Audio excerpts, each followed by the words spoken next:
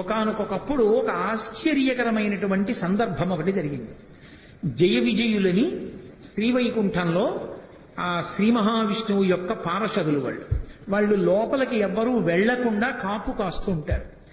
ఒక్కొక్కసారి స్థానబలం చాలా విచిత్రమైనటువంటి అహంకారాన్ని తీసుకొస్తుంది. అహంకారం తీసుకురావడానికి ఒక కారణం ఉండాలనుకుంటే అంతకన్నా పొరపాటు ఇంకోటి లేదు. నాకు ఏమీ లేదండి అని అహంకరిస్తాడు. ఒకడు ఉందని అహంకరిస్తే నాకు ఏ గొడవ లేదండి. ప్రతివాడికి ఆఫీసులో చాలా పనులు ఉన్నాయనుకోండి, నాకు ఏ గొడవ లేదు, ఇదే ఎప్పటికి వెళ్ళిపోవచ్చు, నేను హాయిగా నాది తేలిక సీటని అహంకరిస్తాడు.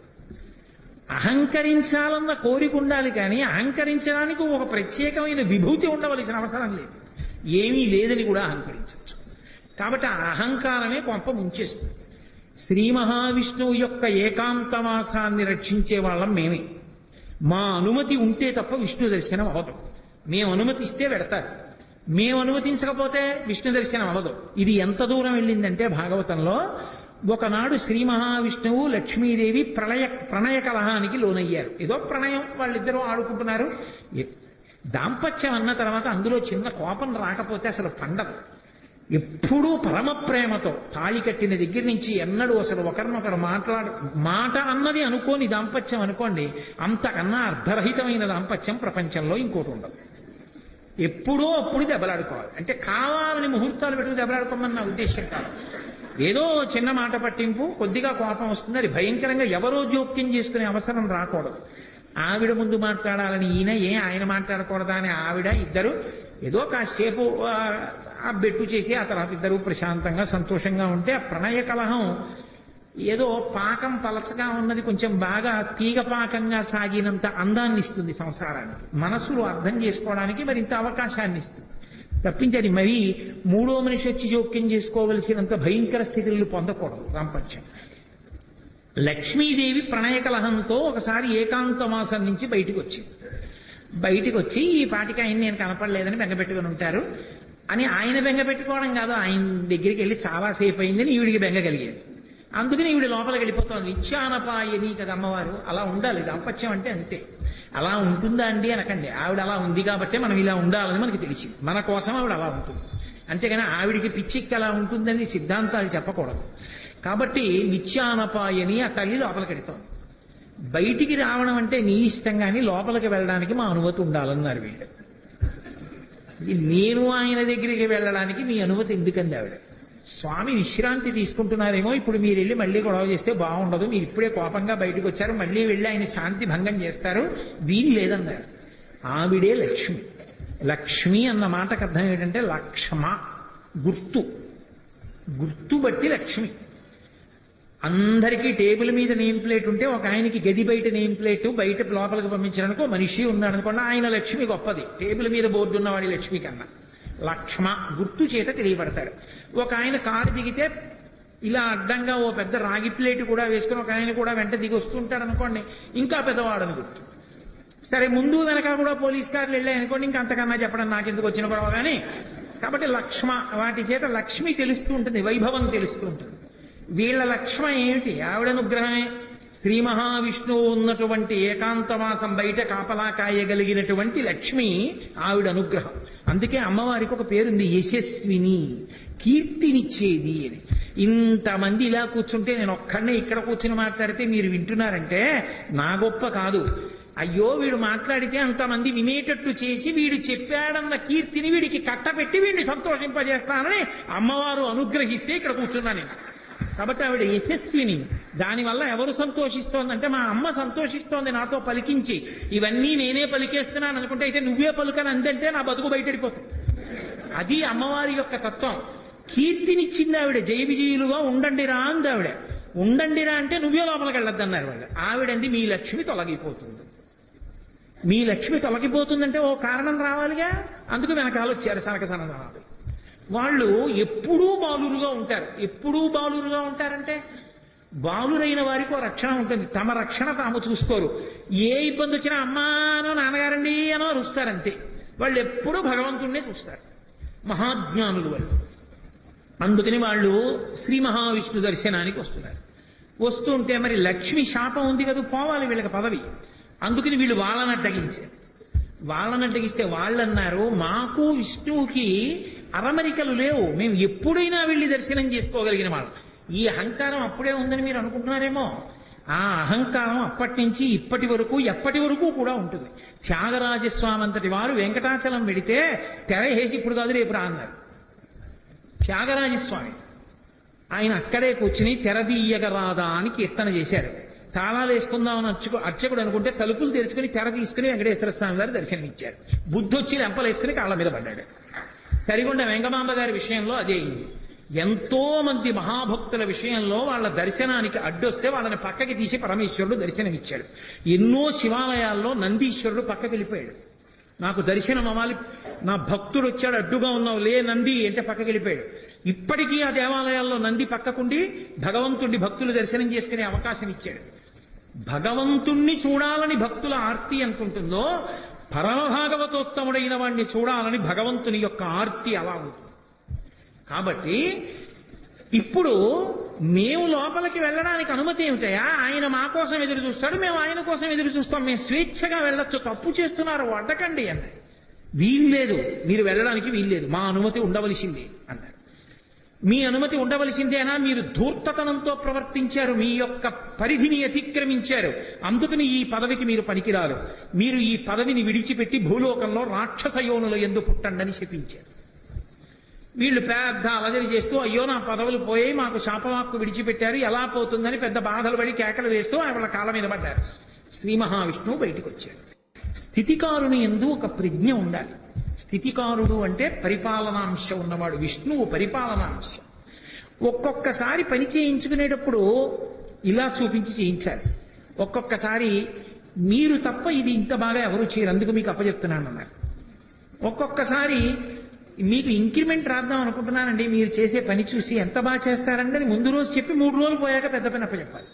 ఒకసారి బతిమాలి చేయించుకోసారి, ఒక్కొక్కసారి చూపుడు వేలు చూపించి పని చేయించుకోవాలి. అంతేగాని అస్తమానం అధికారం ఉందని చూపుడు వేలు చూపిస్తానంటే వాడు సమయం చూసి సెలవు పెడతాడు, అప్పుడు లేనిపోని ప్రమాదాలు వస్తాయి. అందుకని స్థితికారుడు పరిపాలనాంశలో ఉన్నవాడు ఎలా ఉండాలో అలాగే ఉంటారు విష్ణువు. అందుకే అన్ని వేళలా పెత్తనంతో ఉండరు. భృగు వచ్చి వక్షస్థలం మీద తంతే ఏమీ తెలియని వాళ్ళ అయ్యో పాపం మీ కాలు నొచ్చుకుందేమో అని కాలు పడుతున్నట్టుగా అరికాల్లో ఉన్న కన్ను నొక్కేస్తారు. అది స్థితికార లక్షణం అంటారు. అంటే పరిపాలనాంశయందున్న వాడికి అది తెలిసి ఉండాలి తప్ప నేను అధికారిని అంటే లేనిపోని ఉపద్రవాలన్నీ వస్తాయి.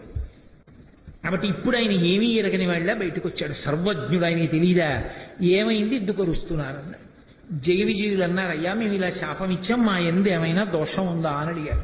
మీ ఎందు ఏం దోషం లేదు అని జయ విజయుల వంక చూసి, ఇన్నాళ్ల నుంచి పని చేస్తున్నాం, ఒక్క తప్పు చేస్తే వాళ్ళు శపిస్తే మమ్మల్ని వెనకేసుకు రాలేదు మా బాస్ అని అనుకోవచ్చు కదూ. అందుకని ఆయన ఒక గొప్ప సిద్ధాంతాన్ని చెప్పారు. తనువున పుట్టినట్టి బిడిదంబకు కొష్ట మహాగదంబు చేవనరితదీయ చర్మము వివర్ణత నొందిన రీతి భృత్యులొప్పని పని చేసినన్ విభుని బంధురచారు యశంబు పేరు పెంపును చెడిపోయి దుర్యశము పొందుతునందురు విష్టపంబులన్ అన్నారు. అసలు ఈ శరీరం ఉంటుంది, ఈ శరీరం ఒకడికి ఏదో కొంచెం నల్లగా ఉంది, ఆయన తెల్లగా ఉండాలని కోరిక. ఈలోగా కుష్ఠవ్యాధి వచ్చింది, కుష్ఠవ్యాధి వచ్చి తెల్లటి మచ్చలు వచ్చాయి. అబ్బా ఎలాగో తెల్లగా అవ్వలేకపోయాను కానీ ఎంత బాగుందో తెల్ల మచ్చలు వచ్చినట్టు పెట్టుకున్నాడు అనుకోండి, వేళ్ళు ఊడిపోతాయి.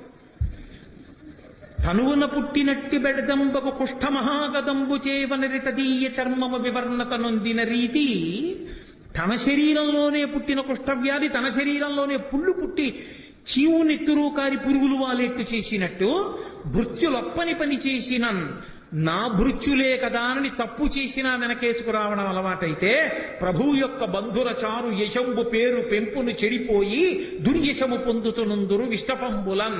అర్థం పద్ధం లేకుండా ఎన్ని తప్పులు చేసినా వెనకేసుకు రావడం అలవాటైపోయిన ప్రభువు చిట్ట చివరికి అపకీర్తిని పొందుతాడు. తప్పు చేస్తే తప్పు చేశామని చెప్పవలసిందే, లేకపోతే నా ధర్మం పోతుంది. వాళ్ళకి అవమానం జరిగింది, అవమానం జరగడానికి కారణం మీరు నా భృత్యులని వెనకేసుకొస్తే నా ఒంట్లో పుట్టిన కుష్ఠరోగాన్ని అట్టిపెట్టుకున్నవాడిని అవుతారు. ఇప్పుడు నేను మిమ్మల్ని వెనకేసుకు రాకపోతే మీకు బుద్ధి వస్తుంది, లోకానికి బుద్ధి వస్తుంది, తెలుసుకుంటారు అహంకారం ఎంత ప్రమాదకరమో. కాబట్టి అనుభవించవలసిందే. మీరు 3 జన్మలు రాక్షస యోనుల యందు పుట్టండి. 3 జన్మల రాక్షసయోనుల యందు పుట్టి వాళ్ళని నిగ్రహించిన పాపం పోయిన తరువాత నా చేతిలోనే సంహరింపబడి తిరిగి మీ స్థానములను మీరు అలంకరిస్తారు. అప్పుడు మీకు ఈ అహంకారం పోతుంది. అహంకారం పోవడం అంటే అంత తేలికండి. అహంకారం పోవడానికి ఎన్ని అవతారాలైనా స్వీకరించవలసి వచ్చిందో చూడండి. తప్పు వాళ్ళది, అవతారాలు ఆయనవి. సీతమ్మ తల్లిని పోగొట్టుకుని ఒక అవతారం, శిశుపాల దంతభక్తుల్ని చంపడానికి కృష్ణ భగవానుడిగా శిశుపాలుడితో రాజ్యం సభలో నానా మాటలు అనిపించుకుని ఒక అవతారం. ఇన్ని అవతారాలు ఎత్తి మళ్ళీ తన భృత్యుల్ని తాను తెచ్చుకున్నాడు. ఎంత దయ కలిగినటువంటి స్వామి అవతారంలో. కాబట్టి ఇప్పుడు వాళ్ళు రాక్షస యోనుల యందు జన్మించాలి. వాళ్ళు రాక్షస యోనుల యందు జన్మించడానికి యోగ్యమైన కారణం ఒకటి కల్పింపబడాలి. ఒకనాడు కశ్యప ప్రజాపతి ప్రదోష వేళలో జపం చేసుకుని అగ్నికార్యం చేసుకుంటున్నాడు. ఆయన భార్య దితి, అదితి దితి ఇద్దరు ఆయన భార్యలే. అదితి యందు దేవతలు పుడతారు, దితి యందు దానవులు దైత్యులు పుడతారు. దితికి ప్రదోష వేళలో కామాతురత కలిగి ఆమె భర్త దగ్గరికి వెళ్ళండి, మా తండ్రి తన కుమార్తెలందరినీ నీకు భార్యలుగా ఇచ్చాడు, అందరికీ సంతానం కలిగింది, నాకు సంతానం కలగలేదు. ఎక్కడైనా కులస్త్రీ తన భర్త వలన సంతానాన్ని పొందాలి అని కోరుకుంటుంది అని ఒక అద్భుతమైన మాట చెప్పింది. ఆవిడండి, ఏమయ్యా అసలు దీపించిన దీపముచే దీపము 2 కాక సికి 1 అయ్యున్ అంది. భర్త యొక్క తేజస్సే భార్య యందు ప్రవేశిస్తుంది, ప్రవేశించి మళ్ళీ కొడుకుగా పుడుతుంది. ఈ పుట్టిన కొడుకు ఎవరు? భర్త యొక్క తేజస్సే. కాబట్టి భర్తయే మళ్ళీ కొడుకు రూపంలో ఆమె శరీరంలోంచి బయటికి వస్తాడు. అది ఆడదాని హక్కు, భార్య యొక్క హక్కు. దాన్ని కాదు అనడం ఎలా? కాబట్టి నువ్వు నన్ను అనుగ్రహించి నాకు సుఖాన్ని ప్రసాదించి నేను అయ్యేటట్టుగా అనుగ్రహించు అందావిడ. అంటే ఆయన అన్నాడు, తప్పకుండా ఇది కోరరాని కోరిక కాదు, ఒక భార్య భర్తని అడగవలసిన కోరికే. కానీ సమయం అని ఒక మాట ఉంది కదా లోకంలో. ధర్మం దేన్ని ఆశ్రయించి ఉంటుంది అంటే కాలాన్ని కూడా ఆశ్రయించి ఉంటుంది. ఏ కాలమునందు ఏ పని చెయ్యాలో ఆ పని చెయ్యాలి తప్ప ఏ కాలమునందు ఏ పని చెయ్యకూడదో ఆ పని చెయ్యకూడదు. శ్రీరామాయణం సుందరకాండలో వాల్మీకి మహర్షి అంటారు, మహాత్ములకు కూడా కోపం వస్తుంది. ఎందుకు కోపం వస్తుంది అంటే కర్తవ్యం అకృతం కార్యం సతాం మన్యుముదీరయేత్ అంటారు. చెయ్యవలసిన పని చెయ్యడం కాదు, ఏ సమయానికి చెయ్యాలో ఆ సమయానికి చెయ్యకపోతే కోపం వస్తుంది. కాబట్టి ఇది భార్యాభర్తల సంగమ సమయం కాదు. కాబట్టి నా మాట విను, తరుణి ఒక్క ముహూర్తముండు, ఇది సంధ్యాకాలము, ఈ కాలమందరయన్ భూతగణావృతుండగుచు కామారాతి లీలం వృషేశ్వర యానంబున సంచరించుటది అభావ్యంబయ్యే. ఈ ఉగ్రవేళన్ రమయింపన్ నిషిద్ధ కర్మంబగు ఎలా ధర్మమున్ వీడగన్. ఓ దితి, నా మాట విను, ఇది ప్రదోష వేళ, ఉగ్రవేళ. అంటే లోకాన్ని బాధ పెట్టేటటువంటి ప్రాణులు, విషం కలిగిన ప్రాణులు సూర్యాస్తమయం తర్వాత నిద్రలేచి అన్నం తినాలి అని ఈశ్వర శాసనం. సత్వగుణం కలిగినటువంటి వాళ్ళందరూ సూర్యోదయాత్ పూర్వం లేచి సూర్యాస్తమయం వరకు లేచి ఉండాలి అని ఈశ్వర శాసనం. ఉగ్రవేళ అంటే ఉగ్రభూతములన్నీ లేస్తాయి, పాములు, తేళ్లు, జెర్రీలు ఇవన్నీ అన్నం తినడానికి బయటకు వచ్చే సమయం అది. దానితో పాటుగా ఉగ్రభూతాలు కూడా లేస్తాయి. కాబట్టి ఈ ఉగ్రవేళలో కామారాతి లీలన్ భూతగణావృతుండకుతు వృషీశ్వరయానంబన సంచరించుటది అభావ్యంబయ్యే. వృషభవాహనారూఢుడై పరమశివుడు, ఆయన కాముణ్ణి కాల్చినవాడు, ఆయన భూమండలం మీద తిరుగుతాడు అసలు సంధ్య వేళలో. ఆయన నీకు వరసకి మరిదవుతాడు, ఆయనకి స్వపరభేదములు లేవు. ఆయన వృషద్విచిత్ర తల్పయోర్ భుజంగముక్తికస్త్రజో గరిష్టరత్నలుష్టయో సురుద్విపక్షభక్షయో తృణారవింద చక్షుషో ప్రజామహీ మహేంద్రయో సమప్రవర్తయన్మన కదా సదాశివం భజే. ఆయన అన్నిటి యందు సమబుద్ధితో ఉంటాడు. నా వాళ్ళు వాడివాళ్ళు అన్న భావన ఉండదు. ధర్మాతిక్రమణం చేస్తే ఒప్పుకోడు. కాబట్టి ఈ సమయమునందు భార్యా సంగమం చేస్తే లోకకంటకులైన బిడ్డలు కలుగుతారు. అధర్మం ఎందుకు చెయ్యడం, నా మాట విని కొద్దిసేపు తాళు అన్నాడు. ఆమె కామాతురాణం న భయం న లజ్జ, ఆమె తాళలేకపోయింది. ఆయన వస్త్రం పట్టుకు లాగింది. ఆయన వెంటనే వెళ్ళాడు. ఆమె కోరుకున్న సుఖాన్ని ఆమెకి కటాక్షించి వచ్చి ఆచమనం చేసి ప్రణవాన్ని జపం చేయడం ప్రారంభం చేశాడు. కొంతకాలం అయిన తర్వాత ఆమె గర్భం ధరించి వచ్చి అడిగింది, నేను గర్భం ధరించాను నీ తేజస్సు వల్ల అని. ఆయన వెంటనే దివ్య దృష్టితో చూసి అన్నాడు, రమించకూడని ఉగ్రవేళలో నన్ను నిగ్రహించి నాతో రమించావు, కాబట్టి నీ కడుపున పుట్టేటటువంటి సంతానం లోకాన్ని రక్షించేటటువంటిది కాదు. లోక భయంకరులైనటువంటి 2 జన్మిస్తారు. వాళ్ళిద్దరూ ఈ లోకంలో ఉన్నవన్నీ మావే మేమే అనుభవించాలంటారు. ఆ కారణం చేత విష్ణువుకి విరోధులవుతారు. శ్రీ మహావిష్ణువు యొక్క చేతి సుదర్శన చక్రధారల చేత తరగబడి వాళ్ళ శిరస్సులు కింద పడిపోతాయి. వాళ్ళు కీర్తి వహించరు అని చెప్పాడు. ఆమె చాలా రోధించింది. ఆఖరికి ఆమెకి 2 కుమారులు కలిగారు. ముందు పుట్టినటువంటి వాడికి హిరణ్యాక్షుడు అని పేరు పెట్టారు. వెనక పుట్టినటువంటి వాడికి హిరణ్యకశిపుడు అని పేరు పెట్టారు.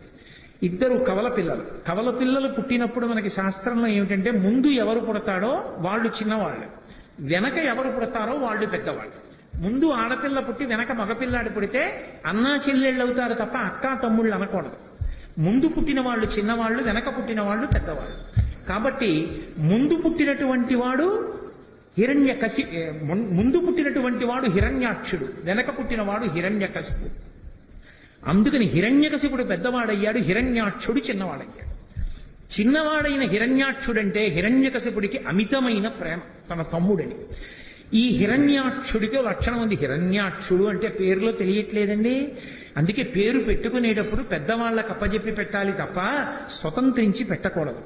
పనికిమాలిన పేర్లు పెడితే వాడు కూడా అటువంటి భావాలు కలిగినటువంటి వాడి అయి ఆ పేరు పెట్టి పిలవగా అలాగే తయారవుతాడు. ఏదో పేరు బాగుందని పెట్టేయకూడదు. హిరణ్యాక్షుడు అంటే హిరణ్యము అంటే బంగారం, బంగారము అంటే లోభమునకు ప్రతీక.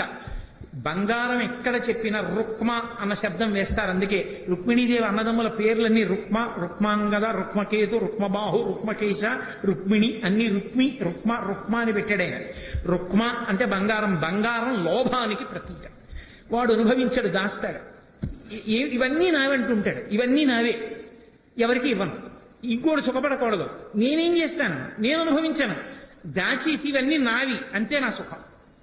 హిరణ్యకశిప్ అంటే పడక అనుభవానికి గుర్తు. పక్క ఎక్కడున్నా భోగానికి గుర్తు మంచం. అందుకే మంచం మీద ఏం పెట్టరు, పవిత్రమైన వస్తువుల్ని మంచం మీద పెట్టరు, ఎందుకంటే అది భోగానికి ప్రతీక కాబట్టి. అందుకే ఆఖరికి శరీరత్యాగం కూడా మంచం మీద చేయకూడదు అని. అటువంటి మంచం భోగానికి గుర్తు. హిరణ్యకశిప్ అన్న మాటకు అర్థం ఏంటంటే వాడు తీసుకొచ్చి దాచేస్తాడు, వీడు అనుభవిస్తాడు, ఇంకోడు అనుభవించుకోడు. వీడి కడుపున కొడుకు పుట్టాడు, ఆయన ప్రహ్లాదుడు. పరహ్లాదుడు ఇంకోడు సంతోషిస్తే తను సంతోషిస్తాడు. ఎలా పడుతుంది ఇద్దరికి? అక్కడ వచ్చింది పేచి. అది హిరణ్యకశిప ప్రహ్లాద హిరణ్యాక్ష హిరణ్యకశిప వృత్తాంతం. అందుకని అక్కడ లక్ష్మీ విష్ణువుల యొక్క శాసనం సనక సనందనాదుల మాటను అనుసరించి ధర్మమునందు బుద్ధి ఎక్కడ నిలబడదో అక్కడ ఇలాంటి బుద్ధులు పుట్టుకొస్తాయి. అందుకని దితికి పుట్టింది ఈ బుద్ధి. దితికి పుట్టారు వీళ్ళొచ్చి. వాళ్ళకి హిరణ్యాక్ష హిరణ్యకశిపులు అని పేరు పెట్టారు.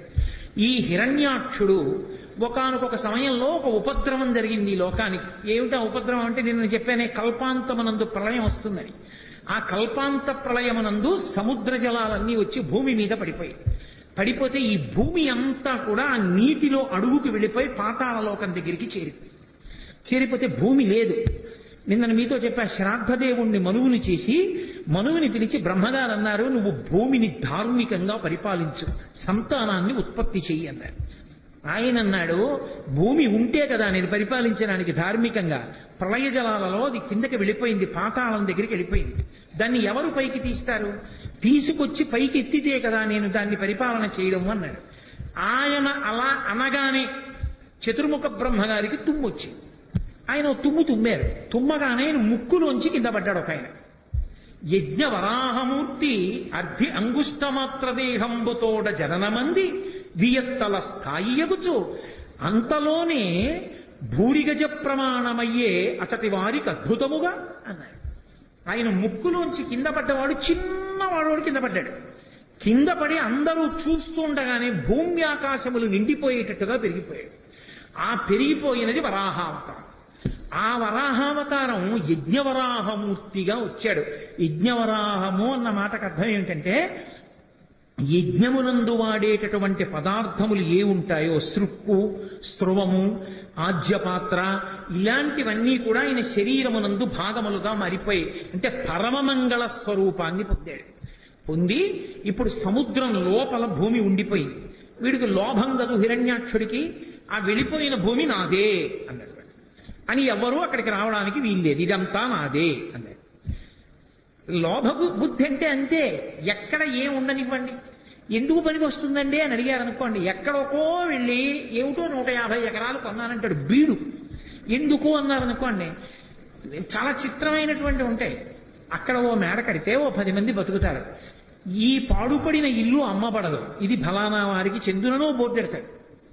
ఈ పాడుపడిన ఇల్లు అమ్మబడదు, వాడు అమ్మడం. పోనీ వాడు ఉండడానికి అది పాడుపడిన మేడని వాడే అంటున్నాడు. అంటే అమ్మితే ఎవడైనా కట్టుకుంటాడు. నేను ఎందుకు అమ్మవంటే ఎప్పుడో పెరుగుతుంది, నువ్వు ఉంటావా? ఇప్పుడు అమ్మితే పోనీ 10 మంది మేడ ఉంటుందిగా, నీ తర్వాత వాళ్ళకి పోనీ డబ్బు పెరుగుతుందిగా, ఇవ్వవయా అంటే ఇవ్వడు సరిగా బోర్డు పెడతాడు, అమ్మబడదు. లోభం అన్న మాటకు అర్థం అది. నువ్వు తింటావా? లక్షాధికారైన లవణమన్నమే కాని మెరుగు బంగారంబు మింగబోడు, పొందుగా మెరుగైన భూమి లోపల పెట్టి దాన ధర్మము లేక దాచి దాచి తుదకు దొంగలకిత్తురో దొరలకవునో, తేనె చుంటీగలియవా తెరుగునులకు భూషణ వికాస శ్రీధర్మపుర నివాస దుష్ట సంహార నరసింహ దురిత దూర. ఏం చేస్తాడంటే అదో అవగుణం, లోభం దాస్తూ ఉంటాడు. అది హిరణ్యాక్షుని యొక్క లక్షణం. అందుకని ఈ భూమి నాదని వాడు సముద్రంలో తిరుగుతున్నాడు. ఎవరైనా వస్తారేమో పట్టుకుపోతారేమో. ఏమో అంత భూమి ఏం చేసుకుంటావురా నువ్వంటే కావాలి. ఇప్పటికీ లేరేమిటి? ఎంతమంది లేరు? వేల ఎకరాలు నావే అని దాచుకుని తిరుగుతున్న వాళ్ళు లేరు. కాబట్టి లోభబుద్ధి అది హిరణ్యాక్షుని యొక్క అంశ అది.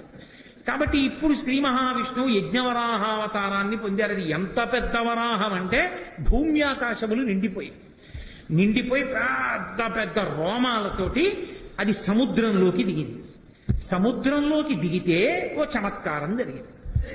దిగి భూమి ఎక్కడ ఉంది అని ఆయన ముట్టి పెట్టి వెతుకుతున్నాడు ఇలాగా పైకెత్తుదామని. ఈ ముట్టి పెట్టి వెతుకుతూ ఉంటే ఆ సముద్రంలో ఉన్న నీళ్లన్నీ రోమకూపాల్లోకి వెళ్ళిపోయాయి. రోమకూపాలంటే వెంట్రుకల దగ్గర ఉన్న కన్నాల్లోకి వెళ్ళిపోయింది నీళ్ళు. వెళ్ళిపోయి సముద్రంలో నీళ్లన్నీ తగ్గిపోయాయి.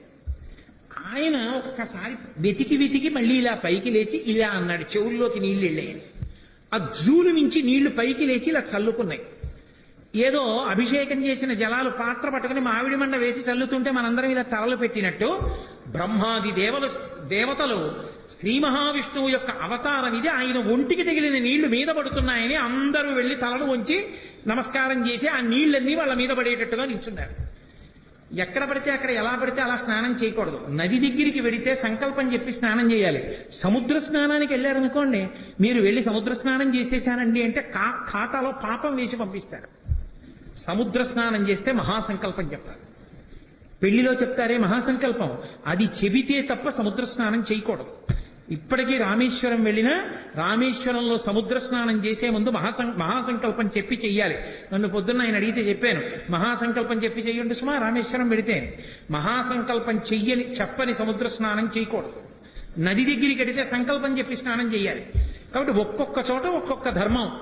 ఆయన సముద్రంలో దిగి పైకి లేచి ఇలా ఊపితే ఆయన వెంట్రుకల మించి పడ్డ నీళ్లు మీద పడితే చాలని 33 కోట్ల మంది దేవతలు ఇలా నించున్నారు. లీలాశుకుడు అన్నాడు కృష్ణకర్ణామృతంలో, యద్రోమరంధ్ర పరిపూర్తి విధావదక్షౌ ఆరాహ జన్మని బభూవ రమీ సముద్రాః తం నామనాథమరవింద తలం యశోదా పాణిద్వయంతర జలై స్నపయాం బభూవా అన్నాడు. ఓ శ్రీ మహావిష్ణువా, మీరు యజ్ఞవరాహమూర్తిగా అవతారమెత్తి సముద్రంలోకి దిగితే సముద్రంలో ఉన్న నీళ్లన్నీ మీ రోమకూపాల్లోకి వెళ్ళిపోయాయి. అసలు స్నానానికి సరిపోలేదు, బట్ట తడవలేదు, ఒళ్ళు తడవలేదు. అదే మీరు శ్రీకృష్ణ పరమాత్మగా వస్తే నా మోచెయ్యంతుండి ఆ గోపకాంత తొడల మీద పడుకోబెట్టుకుని ఆ యశోదాదేవి ఇలా దోషిటితో నీళ్లు తీసి మీ ఒంటి మీద పోస్తే పాణిద్వయాంతర జలై స్నపయాం బభూవ. ఆ గోపకాంత అయిన యశోదాదేవి దోసిట్లో నీళ్లు మీ ఒంటి మీద పోసుకోవడానికి సరిపోయాయి. ఎంత విచిత్రమయ్యా! ఒక అవతారంలో సముద్ర జలాలు సరిపోలేదు, ఒక అవతారంలో ఒక గోపకాంత దోసిట్లో నీళ్లు సరిపోయాయి. మహానుభావ, ఏదైనా నీకే చెల్లింది. అలా సముద్ర జలాలన్నీ ఆయన శరీరంలోకి వెళ్ళిపోయాయి. వెంటనే ఆయన ముట్టితో తడిమి పాతాళంతో కలిసిపోయి ఉన్నటువంటి భూమిని పైకెత్తి తన దంస్ట్ర మీద నిలబెట్టాడు. కోర మీద నిలబెట్టి పైకెత్తి భూమిని తీసుకొస్తున్నాడు సముద్ర జలాల నుంచి. అదొక అద్భుతమైన స్వరూపం. భవిష్యోత్తర పురాణంలో ఇప్పటికీ ఒక మాట ఉంది, వ్యాసుల వారు ఒక మాట చెప్పారు. అలా దంస్ట్ర మీద భూమిని నిలబెట్టినటువంటి మూర్తిని కానీ, వెంకటాచలంలో ఉన్న మూర్తి అపురూపమూర్తి, ఏదో భార్యాభర్తలు గుసగుసలాడుకుంటున్నట్టుంటుంది. స్వామివారు ఇలా ఉంటే లక్ష్మీదేవి ఇలా ఉంటుంది వక్షస్థలం మీద అడ్డంగా. ఆమె చెవు ఇలా ఉందేమో, ఆమె చెవి అయ్యవారి నోటి దగ్గరికి వస్తుంది. అయ్యవారు అమ్మవారితో ఏదో మాట్లాడుతున్నట్టు, ఆవిడ గుండెల మీద చెవి పెట్టి వింటున్నట్టు ఉంటుంది. అపురూపమైన మూర్తి ఆదివరాహమూర్తి.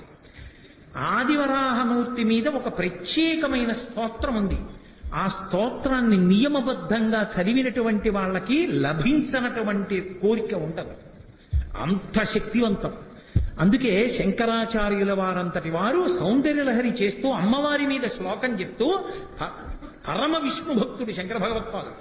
అందుకే అమ్మవారి పాదం సంసారం అనేటటువంటి సముద్రంలో మునిగిపోయిన వాణ్ణి పైకెత్తడంలో ఎటువంటిది అంటే, సముద్రంలో మునిగిపోయినటువంటి భూమిని పైకెత్తినటువంటి ఆదివరాహమూర్తి యొక్క కోర వంటిది అని అవిద్యానామంతస్తిమిరమిహిరోద్దీపనగరీ జడానాం చైతన్య స్తబక మకరంద శృతిఝరి దరిద్రాణాం చింతామణిగుణనికా జన్మ జలధౌ నిమగ్నానాం దంస్ట్రా మురరిపు వరాహస్య భవతి అన్నారు.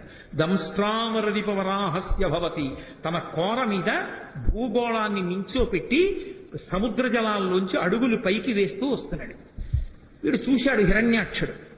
నాది నాదిని కదు భావన, నువ్వెవడు వెతుకుపోతున్నావు నాది అన్నాడు. ఆయన ఏం మాట్లాడలేదు, భూమిని పైకి తీసుకొస్తున్నారు. భూకాంత ఆయన్ని గట్టిగా కౌగిలించుకుని ఈయన గదలతోటి త్రిశూలంతోటి ప్రహారం చేశాడు. ఇద్దరి మధ్య ఘోరమైన యుద్ధం జరుగుతోంది. ఎలా? దంస్ట్ర మీద భూదేవిని నిలబెట్టి, ఎవరి కోసం? సృష్టిలో మనుష్యులకు ఆధారం ఉండదు జీవరాశికి. జీవరాశికి ఆధారం లేకపోతే ఏమవుతుంది? ఆధారం లేకపోతే మన పాపపుణ్యాలు పోగొట్టుకునే అవకాశం ఆగిపోతుంది. పుడుతున్నాం అనుకోండి, మనం చేసుకున్న పాపం పోగొట్టుకుని పుణ్యాన్ని కొత్తగా చేసుకోవచ్చు. లేదా అసలు పుణ్యము లేదు పాపము లేదు, రెండు సున్నా అయిపోయి అనుకోండి, ఇక పుట్టడానికి అవసరం లేదు. పాపం పుణ్యం లేనప్పుడు ఇక పుట్టడానికి శరీరం ఎందుకు? ఏం అనుభవించడానికి పుట్టాలి? ఇక పుట్టడం. అలా చేసుకోవాలంటే శరీరం ఉంటేనే సాధ్యం అవుతుంది. అందుకే ఈశ్వరుడు పుట్టుక ఇవ్వడం దయ. అటువంటి మహానుభావుడు ఈ జీవరాశి అంతా నిలబడడానికి భూమిని ఉంచాలని దెబ్బలు తింటూ భూదేవిని పైకి తీసుకొచ్చాడు. అది ఆయన కారుణ్యం. అందుకే ఆదివరాహమూర్తి యొక్క స్వరూపం లాంటి దయ కలిగిన స్వరూపం ఇక ప్రపంచంలో ఉండదు. అంతటి దయ కలిగిన వాడు. నేను మీతో మనవి చేశా, అవతారము అనగానే పక్కన దయా అన్న మాట ఉంటుంది. కాబట్టి ఇప్పుడు ఆ హిరణ్యాక్షుడు ప్రదోష వేళ అయింది, యుద్ధం చేస్తున్నాడు. యుద్ధం చేస్తుంటే బ్రహ్మాది దేవతలు అన్నారు, చీకటి పడితే వాళ్ళ శక్తి పెరుగుతుంది, కాబట్టి మహానుభావ సంహారం చేయమన్నారు. ఆయన ఏదో గతదారించి అసహ్య విక్రమ సమగ్ర స్ఫూర్తితో వేయగా దాన్ని యజ్ఞవరాహమూర్తి తప్పించి, ఆ హిరణ్యాక్షుడు విసిరినటువంటి గదని తప్పించి ఒక్కసారి ఆ రెండు కోరలు విదల్చి తన చేతిని ఎత్తి ప్రహారం చేసి ఒక్క దెబ్బ కొట్టారు గుండెల మీద. హడావిడి చెయ్యడమే గాని భగవంతుడు ఎదురుగుండా కనపడినప్పుడు ఎంతసేపు అండి? నెత్తురు కక్కుకున్నాడు, వెంటనే అక్కడ పడి శరీరాన్ని విడిచిపెట్టేశాడు. అక్కడతో హిరణ్యాక్షుని యొక్క సంహారం పూర్తయిపోయింది. హిరణ్యాక్షుణ్ణి సంహరించడంలో కూడా దయ ఉంది. ఎందుకని? అహంకారంతో తన పదవిని పోగొట్టుకున్న జయ విజయులలో ఒకడు పొందినటువంటి మొట్టమొదటి జన్మ రాక్షసయోని యందు పుట్టిన జన్మలలో ఒకటి అదిగో ఆ హిరణ్యాక్షుడు. ఆ హిరణ్యాక్షుడుగా శరీరం విడిచిపెట్టేశాడు అంటే మళ్ళీ భగవంతుని మ్రోల ద్వారపాలకుడుగా వెళ్ళిపోవడానికి ఒక అడుగు ముందుకు వేసేశాడు అని. భగవంతుడే సంహరించి మళ్ళీ తన హక్కున చేర్చుకున్నాడు. అందుకే సంహార ప్రక్రియ యందు కూడా దయే ఉంటుంది భగవంతునిలో. అలా హిరణ్యాక్ష సంహారం చేసినటువంటి పరమోత్కృష్టమైనటువంటి అవతారములలో ఒకటి యజ్ఞవరాహావతారం. యజ్ఞవరాహావతారాన్ని స్మరిస్తే చాలు రక్షణ కలుగుతుంది. యజ్ఞవరాహావతారాన్ని ఒక్కసారి తలుచుకుంటే చాలు మంగళం కలుగుతుంది. ఎందుకంటే అది యజ్ఞము యొక్క స్వరూపం. యజ్ఞము ఎక్కడ తలుచుకున్నా మంగళమే. అందుకే యజ్ఞ సాధనములతో కూడుకున్నటువంటి అమరికతో ఉన్న యజ్ఞవరాహావతారము యొక్క స్మరణ మంగళములకు దారితీస్తుంది. అందుకే ఒక్కసారి యజ్ఞవరాహమూర్తిని తలుచుకుని నమస్కారం చేస్తే చాలు. పోతన గారి జీవితంలో ఒక అద్భుతమైన ఘట్టం.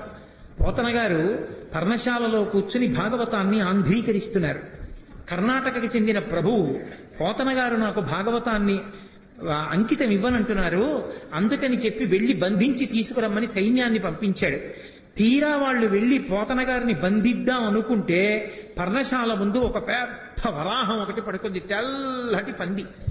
ఆ శ్వేతవరాహం కోరలు చూపించి పెద్ద అరుపరిచింది. భయపడిపోయి వాళ్ళు వెనక్కి వెళ్ళిపోయారు. సైన్యాధిపతి వచ్చాడు, ఆయన కూడా ఆ వరాహాన్ని చూసి భయపడిపోయి వెళ్ళిపోయాడు. మహారాజే స్వయంగా వచ్చాడు. అసలు ఆ వరాహమూర్తిని చూసి హడిలిపోయి చేష్టలుడిగిపోయి ఉండిపోయారు. లోపల మహానుభావుడు పోతన గారు ఆయన్ని నిగ్రహించను, భాగవతం నాకు అంకితమివ్వమని ఒక్కసారి దర్శనం చేసుకెళ్ళిపోవాలనుకున్నాడు. ఆయన అలా అనుకోగానే పడుకున్న వరాహం లేచి ఒళ్ళు విదల్చుకుని నడుచుకుంటూ వెళ్ళిపోయింది.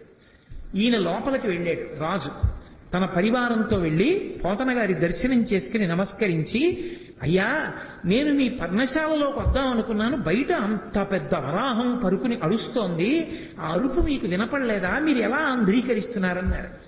పోతన గారు 2 చేతులు ఎత్తి నమస్కరించి అన్నారు, నేను యజ్ఞవరాహమూర్తి ఆవిర్భవించినటువంటి ఘట్టాన్ని ఆంధ్రీకరిస్తున్నాను. మీరు బహుశः భాగవతాన్ని బలవంతంగా పుచ్చుకోవాలని వచ్చారు. ఆ యజ్ఞవరాహమూర్తియే నా పర్ణశాల బయట పడుకుని నన్ను రక్షించారన్నారు. పోతన గారిని రక్షించినటువంటి అవతారం ఆ యజ్ఞవరాహ అవతారం.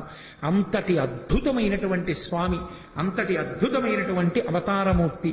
అటువంటి యజ్ఞవరాహాన్ని స్మరించడం చాలు.